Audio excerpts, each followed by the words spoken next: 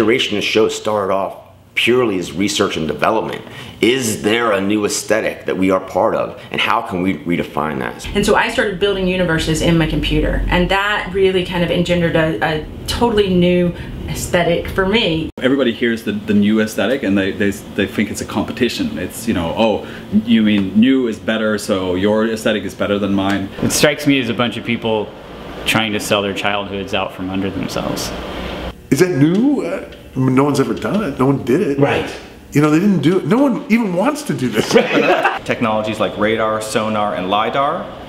And all of those things with video and digital photography are all woven together in this sort of supervision. Scribbling on scriptable, scalable species beings, Quacker casting computronium clouds of kilo IQ to collab object-oriented co-op corporeal commons clusters. I think there would be a new aesthetic if we had flying cars like I thought we were going to have by the year 2000. How to use the speed of technology to slow down the work. Yeah, that's why I don't wait for the future, because it's constantly already arriving. Robert Rauschenberg quote of like working between the gap of art and life. You know, I'm working between the gap of virtual and real. That instead of saying, here's the new aesthetic and I'm going to define it for you, like a hedge it, you know, I'm going to put the rigid framework around it and I'm going to pass it off to you. You will be the receiver of my information. We're doing something different. We're saying, is there a new aesthetic? What is a new aesthetic? What is aesthetic? What is new? And so we start to peel these things away, and in the process of doing so, find new problems, find linguistic problems, language-oriented problems, and also find art-oriented problems. People who are doing the coolest stuff right now are the ones who are like finding these convergence points of real and digital. We live in both worlds now.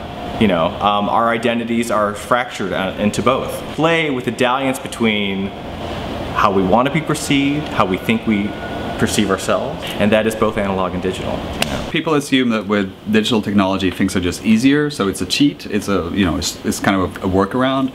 But what you have to realize is any time something becomes easy, it becomes uninteresting. The bricolage of the future is you're going to pick up a computer, you're going to pick up a RP device, you're going to pick up a phone, you're going to pick up, you know, a Connect.